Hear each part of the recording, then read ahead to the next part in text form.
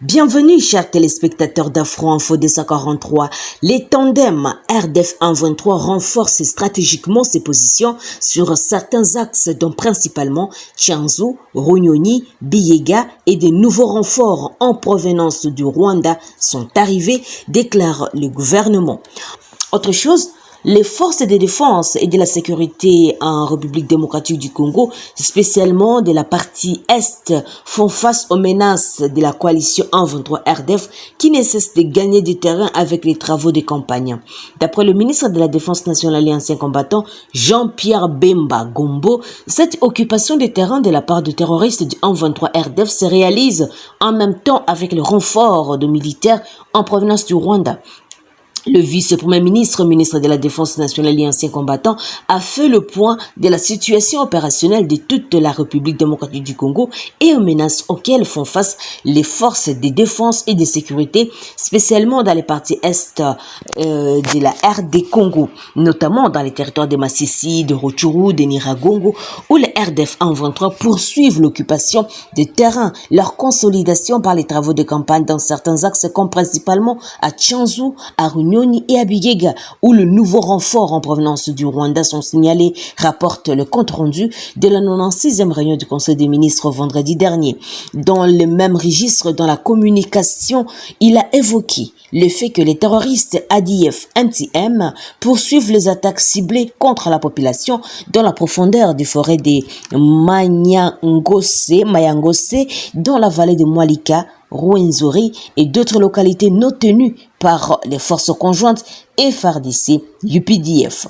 Pour y faire face, les éléments des forces conjointes FARDC UPDF effectuent des patrouilles de combat dans la vallée de Mwalika, sanctuaire des ADF MTM en territoire de Béni, ajoute le compte rendu. La situation sécuritaire dans la partie est de la RDC peine à s'améliorer. La force régionale de l'EAC, créée en 2022 pour arrêter l'avancée du groupe armé M23, a récupéré depuis décembre certains des bastions de ces rébellions.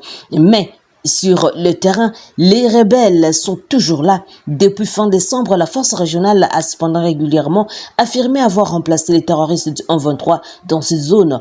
Après l'attaque du 12 avril, elle a assuré avoir repoussé avec succès un groupe armé local. Ça fait mention de présence du 123 à Kibumba. C'est les terroristes et les troupes de l'armée rwandaise semblent avoir abandonné depuis début avril quelques localités emblématiques comme le village de Kishiché où l'ONU les accuse d'avoir massacré en novembre au moins 171 civils.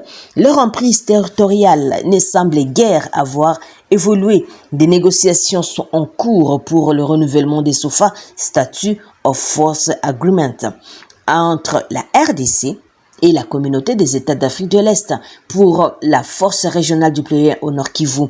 Kinshasa souhaite le renouvellement du mandat pour 3 mois en attendant les retraits de ces terroristes du M23 des zones conquises dans les territoires de Rutshuru, mais aussi des Nyiragongo. En présence du ministre de l'Industrie, de Julien Paluku, des autorités politico-militaires et judiciaires de la province du Nord Kivu, ainsi que de l'ambassadeur de l'Union européenne en RDC, Jean-Marc Chantegnier, la ministre d'État, ministre de la Justice et garde des Sceaux, Rose Mutombo Kiese, a procédé le samedi 29 avril à Goma à l'inauguration du nouveau palais de justice de Goma. Il s'agit d'un nouveau bâtiment dont les travaux de construction a été financés par l'Union européenne à hauteur de 3 200 000 €. D'après un communiqué de l'Union européenne, le bâtiment R+3 est destiné à abriter la cour d'appel et son parquet général, ainsi que les tribunaux des grandes instances et son parquet. Il est bâti sur une superficie totale de près de 6 000 m² pour environ 150 pièces. Il a été livré entièrement meublé comme tous les autres chantiers de l'Union européenne. La justice a une place centrale dans la construction d'un État garant du droit des citoyens. L'exercice d'une justice indépendante, l'accès à celle-ci, la lutte contre toutes les formes d'impunité sont des éléments fondateurs du contrat social, a noté Jean-Marc Chantegnier, chef de délégation de l'Union européenne en RDC. Dans ce mot de circonstance, Rose Mutombo a remercié l'Union européenne et a invité les bénéficiaires de cet ouvrage à en faire bon usage. Je demande donc aux utilisateurs de ce bijou et qui fait aussi la beauté de la province Nord Kivu et en particulier de la ville de Goma de le maintenir dans son état actuel et de le gérer en bon père de famille. Ce magnifique ouvrage, qui est la matérialisation d'une multiple des recommandations des États généraux de la justice, s'inscrit dans la vision de son Excellence Félix Tshisekedi Tshilombo et coïncide avec le programme d'appui à la réforme initiée par les partenaires, a déclaré la ministre de Justice et Garde des Sceaux. De son côté, le gouverneur de province du Nord Kivu, le lieutenant-général Constant Dima, est revenu sur le rôle de la justice comme socle de l'état du droit et d'instruments de protection des droits des citoyens. Il a invité les responsables des juridictions à s'investir dans la protection du patrimoine immobilier de l'État où les spoliations sont devenues monnaie courante. Je vous exhorte donc à vous approprier cette parole des Saintes Écritures afin de répondre aux attentes de la population en matière de justice et de lutter contre tous les maux et des antivaleurs. Je vous invite enfin à vous investir dans la protection des biens immobiliers du domaine public et privé de l'État en province du Nord Kivu et de l'espace public qui font constamment l'objet de spoliations de la part de certaines personnes de mauvaise foi qui brandissent souvent des décisions de justice rendues en leur faveur et au détriment de l'État congolais, a-t-il indiqué dans ce mot de circonstance.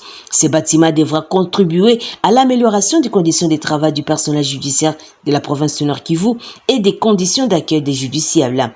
Et sa construction s'inscrit dans le cadre du programme d'appui de l'Union européenne à la réforme du secteur de justice en RDC. Terminons par cette nouvelle. Les bilans des rebelles ADF neutralisés par le FARDC le samedi 29 avril à Apetinasana, territoire de Beni au Nord Kivu, est passé de 17 à 20. Et c'est l'après que l'armée congolaise a découvert 3 nouveaux corps ce dimanche matin dans la zone de combat et a opposé cette semaine les FARDC appuyés par la MONUSCO au ADF, indique le porte-parole des opérations Sokola 1 dans les Grands Nord Kivu. À l'issue de ces combats, les forces loyalistes ont délogé ces rebelles de la localité de Apetinasana. Chers téléspectateurs d'Afro Info de 143, merci à vous de nous avoir suivis jusqu'à la fin. N'oubliez pas de vous abonner, de liker, de partager et de nous laisser un commentaire, tout en signifiant bien sûr la ville ou le pays où vous nous suivez. Nous disons merci à Dadi Moukoko, à Ndongala Précieux, à Exaucé Vita, à John Boula, depuis la France, Jackie Keita, à Florindo Voka, Kanyanga Bienda, Lebon Keupe, depuis Kinshasa, Ernest Joseph Mouyaya, à Lebanza, depuis Nairobi, Marion Mida, Alpha Likonga, depuis la Norvège, Élisée Mukindi, Alphonse Poimpanga, Malumulanda, Safari Gloire, Victor Tunza, Gertrude, Roge Makoy, depuis l'île d'Idjoui, nous sommes au site Kivu, Nolask Liandunga, Ashley Safarion, André Chiabinyanga Kadja, Célestin Kabea, Safi Diane. Depuis Paris, Jean-Claude Monji, Thomas Zemanga, Monique Massamba, Kovo Alongwa Soumani, Winner Epiaka, Amanga Lakandolo, Toussaint Devalois, Papi Pinda, Françoise Bahati, Jean Yenga, Christo Kirungozi, Kassongo Makalo, Emmanuel Nibizi, Alino Kisombola. Merci à vous tous de nous avoir écrit. N'oubliez pas, si je ne vous ai pas cité, vous êtes dans nos cœurs. Je suis Santi Chesenga, depuis la province de l'Ituri, pour Afro Info de 143. Au revoir.